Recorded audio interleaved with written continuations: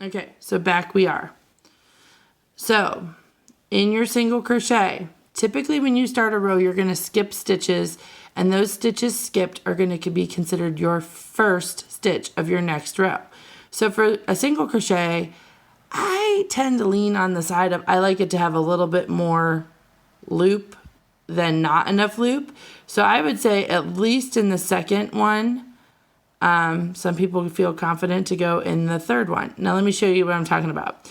There's this first little loop where it pinches down, second little loop where it pinches down, third little loop where it pinches down.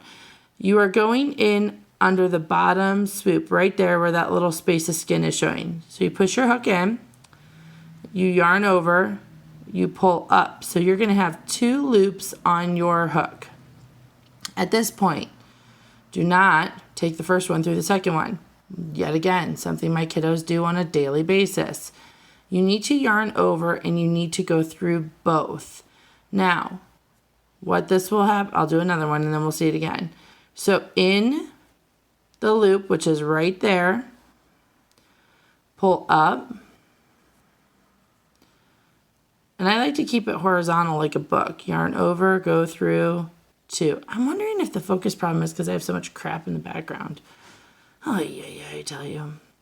So in the next one, pull up,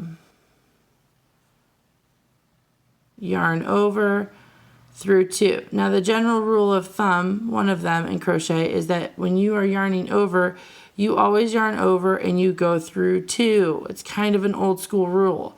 There's plenty of stitches now that would change that so that modifications of stitches and whatever. But old school crochet, the rule is you're going to yarn over and you're going to pull through 2. So it's kind of a little kitschy rhyme that you can say to yourself. We're almost at the end of our row. Because my yarn is on the wrong side of me, which you cannot see, I'm about to have a technical difficulty. Hold, please. Okay. Can't say we don't keep it real here. Just like in the classroom.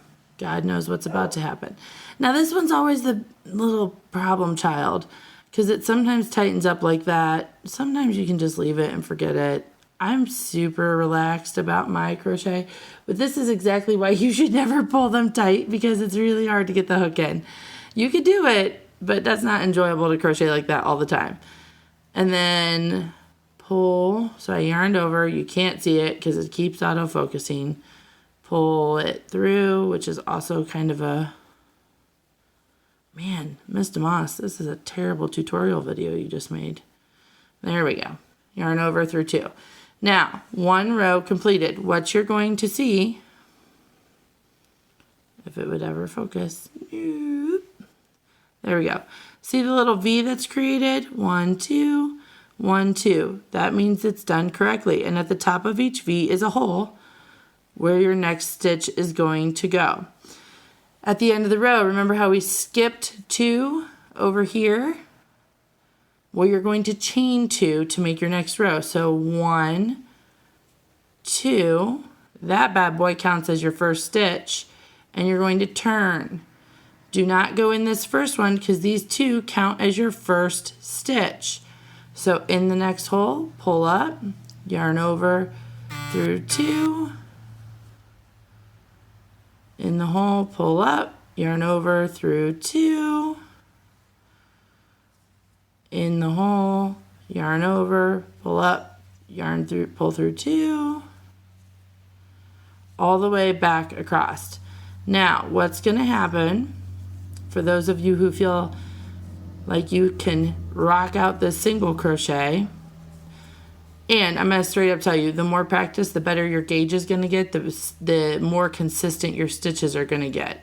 Now, if you want to start counting so you don't drop stitches, you can.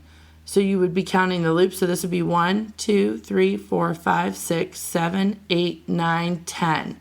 So my little sample I'm working on is 10 stitches across.